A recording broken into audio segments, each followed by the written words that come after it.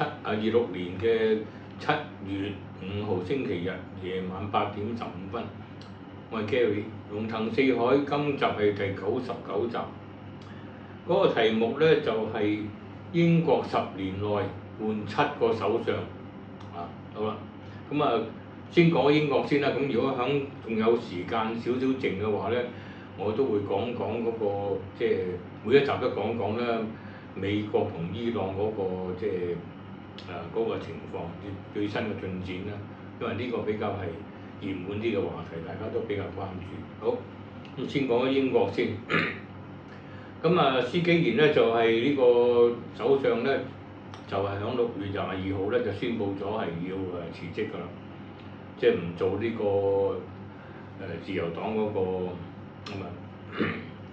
做工黨嗰個主席。咁唔做主席呢，即係話首相都冇得做。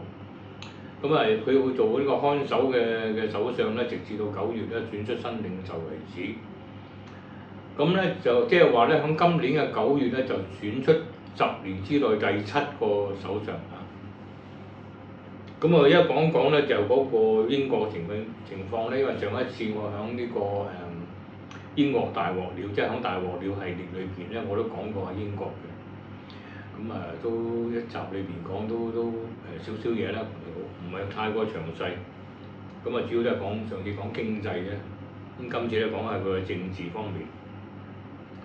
咁先講咗呢10年裏邊換咗6個首相，邊6個呢？第7個未出嚟啊！第一個就係 David Cameron 啦，呢個係叫做卡梅倫啦。卡梅倫本來做得幾好嘅，但係佢響16年咧做咗一個錯嘅決定咧，就係搞個公投脫唔脫歐。咁佢以為咧自己就好有把握，就一定唔會脫歐。點知個結局就係人民嘅眼睛就唔係雪亮嘅，即係中產嗰啲響近住倫敦嗰班有錢啲嘅專業人士咧，就個個都反對脫歐，但係一般嘅民眾咧就贊成。卒之咧就係公投嘅結果就係要脫歐。咁卡梅倫咧就自己引咎辭職啦，冇辦法。咁跟住接手嘅咧就叫做 Theresa May 文翠珊。文翠珊接咗呢個攤子之後咧，就繼續去做，諗住咧就搞脫歐，搞嚟搞去咧都搞唔掂啊！咁於是喺2019年咧，即係3年啦，3年都搞唔掂，咁脫唔到歐，唔3唔4，唔上唔落，被黨內咧逼佢咧要落台。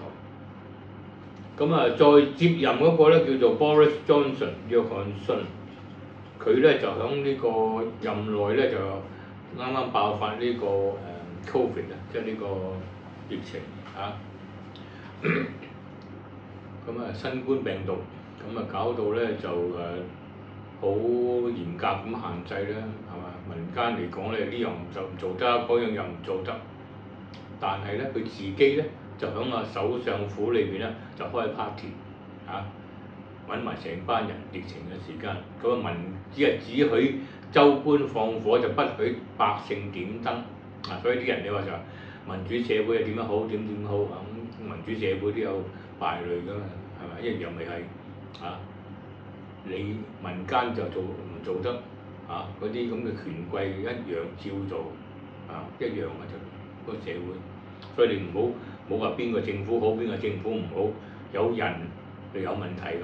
我哋聽好啦，由於呢個情況咧，佢個道德嘅問題咧，呢個仲有加埋其他嘢咧，呢個約翰遜咧卒之就喺2022年嘅7月咧就落台。咁落台之後咧，咁就要揾邊個咧？卒之就揾咗個女人出嚟，嗰個叫做卓慧思Liz Truss。選咗佢出嚟之後咧，因為佢嗰個政策咧，初就話減稅乜咁樣，但係結果咧，佢上場行嗰啲咁嘅財政嘅政策咧，令到英鎊大跌，個個驚到腳軟，即刻做咗45日就要落台。呢個係基本上係應該係英國歷史上面最短命嘅首相嚟嘅呢個。咁啊好啦，呢個卓慧思落咗台之後咧，即係佢響呢個大約係2022年嘅10月落台嘅。咁啊，然後咧就選咗個印度籍啦。印度籍咧呢個叫做辛偉誠啊，Rishi Sunak 啊，Rishi Sunak。咁呢個好奇怪啦，即係歷史上邊咧，英國都冇一個係其他嘅種族嘅人咧就做首相，全部都白種人嚟嘅。照我記得就係咁啊整咗個印度裔嘅人。咁啊佢做咗幾耐咧？都做咗成2年啦。咁啊卒之就要大選啦。佢自己提出大選嘅喎，嗰日落緊雨喎。落緊雨啊！嗰個響唐寧街10號門口就宣佈話要大選，咁好搞笑嘅。背景嗰度咧就係有人哋唱緊歌啊，唱緊嗰個對家嗰首歌競選嘅歌曲，即係你自己呢度講緊保守黨嘅嘢，人哋嗰邊又唱緊工黨嘅歌，咁啊即係好搞笑嘅。唔知點解佢會咁戇居？卒之咧就保守黨嘅大敗啦。好啦，咁佢落咗台之後咧，就嗰個大選嘅結果就施紀賢咧就領導工黨就係壓倒性咁樣贏咗呢個大選，咁啊做咗第6任啊，即係10年之後第6個。咁就做咗2年啦，今年就差唔多到而家2年，咁又未夠2年，差唔多。咁啊卒之因為個成績做得唔好咁啊要黨內又要逼佢下台。咁啊佢下台之後咧，咁啊到9月咧就會選出一個新嘅黨魁，咁啊自動成為首相。咁啊而家大熱嚟講就係以前嗰個曼徹斯特嗰個前市長最近係響嗰個地方選舉贏咗呢個對家嗰個改革黨嘅呢個名我唔記得咗，因為太新，我都記唔到佢嘅名。咁啊，我哋要分析一下就係話，喂英國10年換7個首相，咁啊同日本差唔多，係嘛？日本都成日換首相㗎，我未數過，因為得閒我係會數下究竟呢10年裏邊日本換咗幾多個首相即係做得較為耐啲啊。安倍晉三咧，安倍晉三之後就嗰個咩岸田文雄嗰啲咩菅義偉嘅岸田文雄咁幾個都有3、4個啦成日破茂，跟住先到而家呢個高市早苗。啲日本咧由呢個安倍晉三死咗攞咗台之後，到而家都第4個嘅。咁我哋唔好理日本點樣啦，講翻英國先啦。咁點解會頻換人咧？咁樣咁個原因咧就係因為咧佢嗰個首相咧個選舉咧係唔係好似美國咁嘅，佢唔係由人民直接選個首相出嚟嘅，即係美國總統就由人民直接選出嚟㗎嘛，英國就唔係嘅。英國咧就選邊個黨然後嗰個黨咧就派一個人出嚟，咁通常都係做嗰個黨魁即係個黨主席就做埋首相嘅好啦，個問題咧出在邊度咧？就因為由於佢唔係人民直接選出嚟，係由黨裏邊提出嚟嘅，咁裏邊咧就產生咗一個叫做逼宮嘅問題，即係黨裏邊咧係可以唔中意你嘅時候咧就逼你落台咁我再詳細解釋下點樣會逼佢落台啦。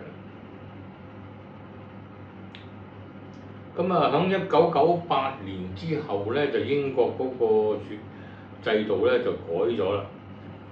咁咧，尤其是保守黨嗰度咧就係特別畸形。保守黨咧就首先咧，佢選一個黨魁出嚟咧，就要2個情況。第一就係由個保守黨裏面現屆嘅即係嗰個國會議員 JMP 啦Member of Parliament 就先提咗名，就喺黨裏邊嗰啲國會議員裏邊投票，就選出2個人出嚟即係決賽。咁啊決賽得2個人咧，就再交俾全國嘅大約10萬個保守黨嘅普通會員再去投票，咁選出嚟嘅。咁所以咧就係呢個卓慧思咧同呢個咩辛偉誠咧，本來就係響約翰遜落咗台之後，保守黨咧就國會議員咧就揀咗呢2個做決賽，然後咧由於呢個卓慧思本身佢提出減稅嗰個口號，咁啊令到一般嘅黨員咧都中意，咁於是咧就選咗佢出嚟。其實咧，辛偉誠咧佢提出嘅建議咧係比較係踏實嘅，卓慧思嗰個咧就係一個口號嚟嘅啫，即係唔實際嘅。基本上你英國你係減唔到稅嘅，因為你一減稅嘅話咧，嗰個國家嘅財政根本都負荷唔到嘅。佢夾硬嚟為咗要選咧，選到咧就要開個空頭支票。而辛偉誠本身係一個即係財經嘅即係叫做都差唔多專家啦，叫做即係佢響約翰遜裏邊個內閣咧，佢係擔任財相嘅，Financial Secretary， 佢係管財政嘅。而佢本身咧亦都係讀呢一科啦，亦都喺華爾街嗰度啲大行做過啦，咁佢對經濟咧係有啲把握嘅。咁好可惜咧，就響嗰次咧就卓慧思係贏咗，咁但係贏咗冇用嘅，佢45日之後佢就要落台啦，因為佢個政策係唔掂，即係英倫銀行嗰邊直情反對得好緊要，大佬你搞到英鎊跌到阿媽都唔認得，我都買到啊8個半，就嗰陣時對港紙，我即刻入市啊！我見到佢跌到8個半咪係嘛，即刻入市，我都賺咗多少，咁都知佢落台啦，落台之後辛偉誠呢個印度籍嘅議員咧就做咗首相啦咁，但係可惜就係佢接咗呢個爛攤子，由約翰遜同埋呢個卓慧思所留下嘅爛攤子咧，即係2年之內咧，佢都係冇咁嘅能力啊，即係將佢反敗為勝。咁卒之咧響嗰個大選裏邊，佢係以大票數咧係落敗。咁施紀賢咧上一場之後咧，就佢個政績大家都見到㗎啦，即係叫做乏善可陳啦，整到幾個大嘅城市咧都要破產嘅，英國包括伯明翰同埋呢個咩幾個都破產。加上佢自己個人係貪埋啲小便宜啦，佢手下啲所謂大臣又有啲醜聞啦咁樣。咁經過咗啲黨裏邊嗰班人商量過之後，因為最近嗰個英國嘅地方選舉咧，工黨咧就輸得好慘。咁嘅時候咧就啲黨員傾過晒之後，認為如果佢繼續俾佢當呢個首相嘅話咧，響下屆嘅選舉咧，即係基本上都冇機會喺工黨度。於是都係換個人啦，睇下點會唔會好啲咧咁。咁好啦，我哋要睇翻10年換7個，即係9月第7個上場啦。咁嘅時候咧，點解會搞到咁鬧交咧？咁樣我哋又睇睇呢個情況。頭先我都講過啊，1998年嘅時候咧就改咗制度啦，係嘛？咁尤其保守黨嗰度，咁最大嘅問題就係話佢如果選首相係唔需要經過大選嗰度選出嚟嘅。好啦，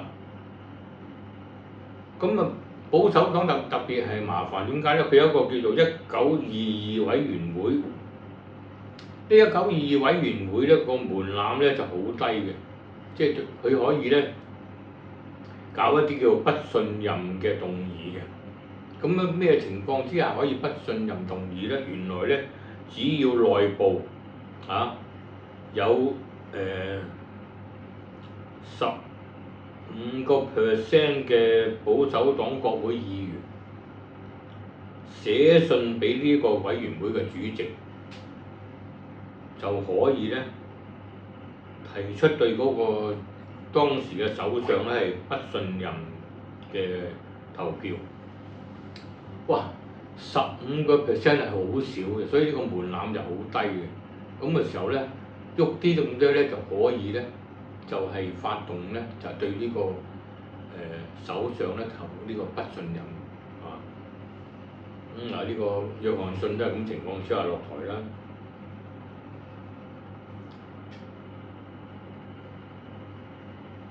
咁即係話咧，大約係要有50個嘅議員寫信咧，就可以咧搞到呢個好似政變咁樣，要嗰個首相落台。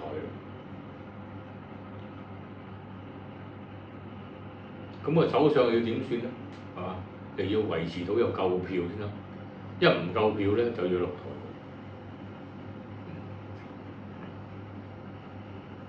第二個問題就頭先我講啦，即係議員先篩選，然後再由呢、個黨員去投票，呢、個係保守黨嘅呢、個。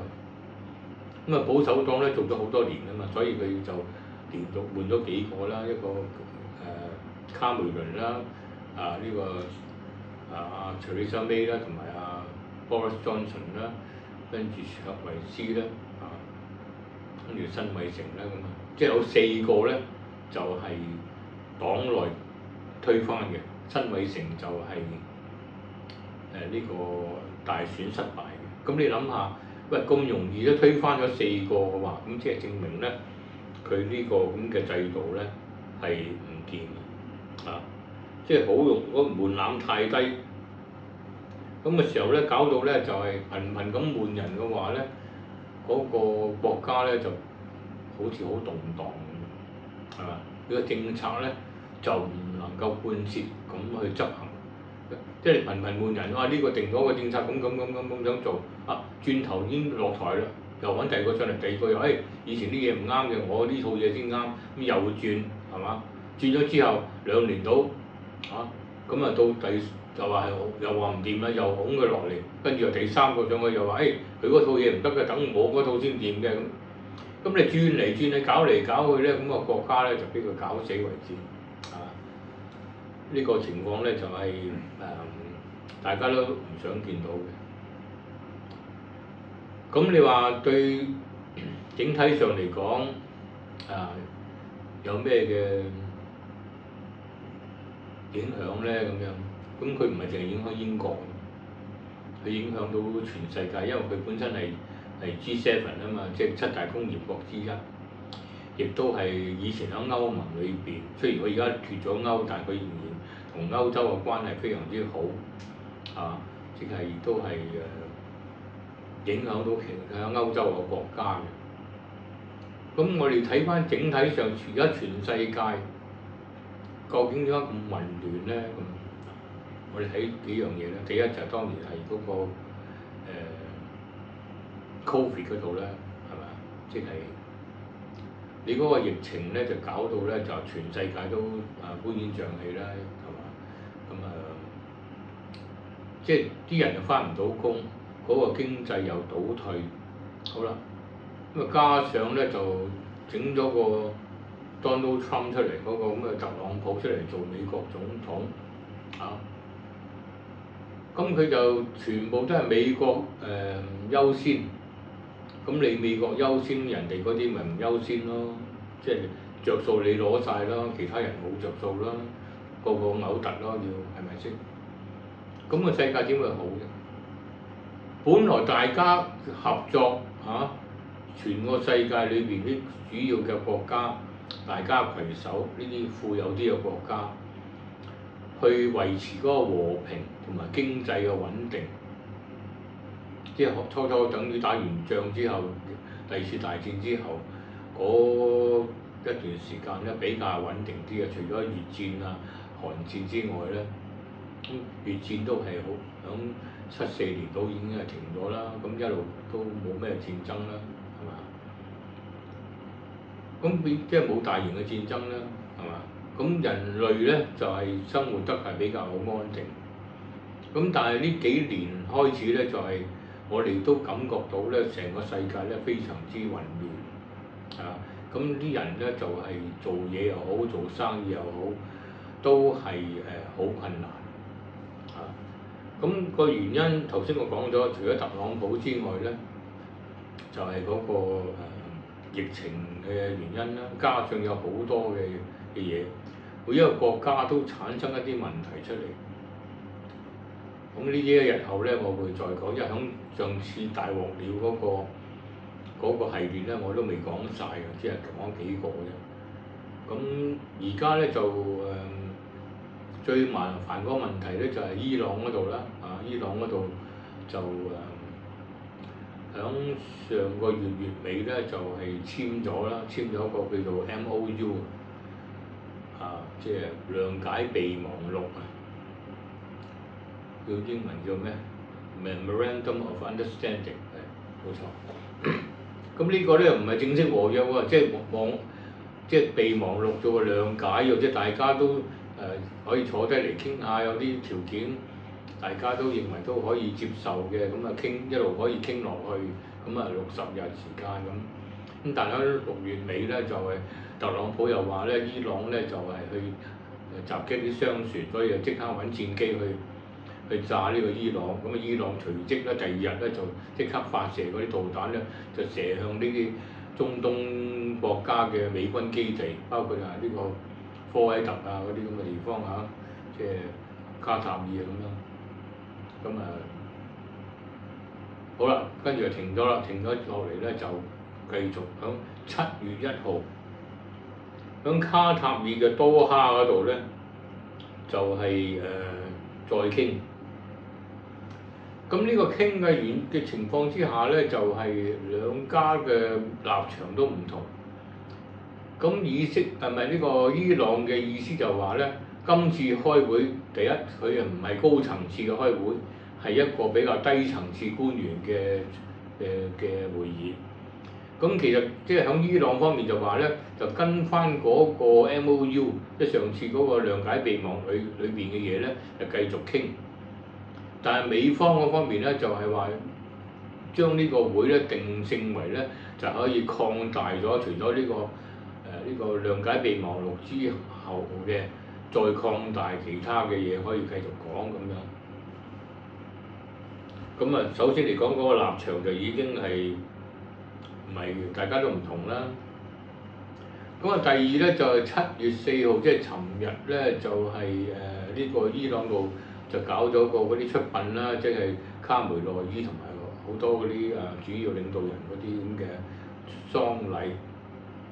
咁咧亦都咧就係會上邊咧就係非常之激烈啲人即係好興啦，即係咁但係呢個都冇辦法㗎啦，人就已經死咗啦，你就係再猛整都冇用㗎，係咪？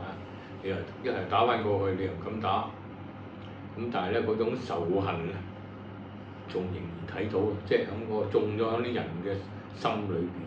咁我上集講咗，我今次唔再複述啊。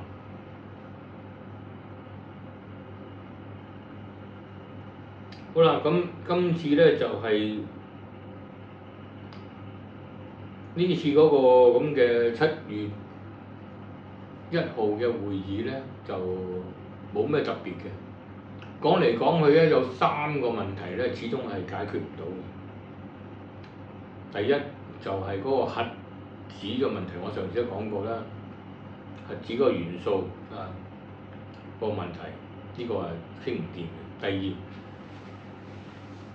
霍爾木茲海峽嗰度，伊朗咧就要求咧繼續向嗰啲商船咧實收取呢個保護費。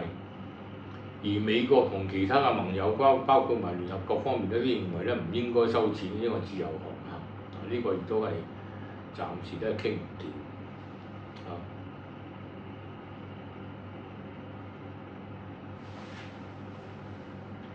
咁由於有幾個問題咧，就係啲死結嚟嘅，咁你個傾嚟傾去嘅話咧，同埋咧就係美方嗰邊咧要求就係伊朗係唔好再去支持其他嗰啲例如係也門嘅胡塞遊擊隊同埋黎巴嫩嗰個真主黨呢啲咁嘅即係伊朗嘅代理人，咁伊朗咧就係、完全係即係唔使即係冇興趣同佢傾呢啲係嘛？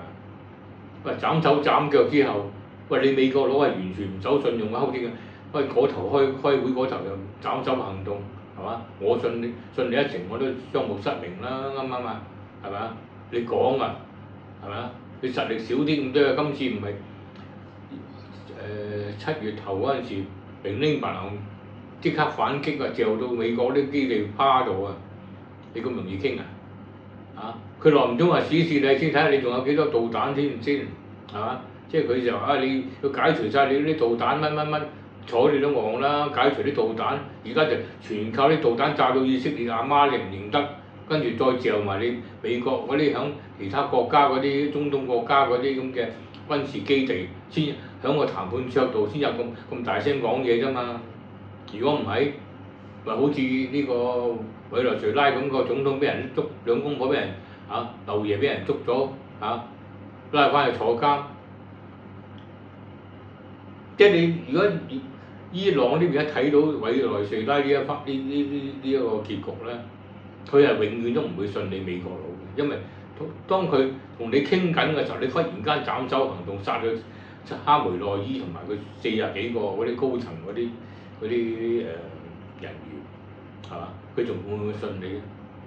而家就大到擺到明就係我繼續會有好多好勁嘅武器，你唔好理個邊個俾我嘅，俄羅斯俾我又好，中國又好，總之我大把嘅儲備。你一過嚟搞我咧，我就即嚼你係嘛？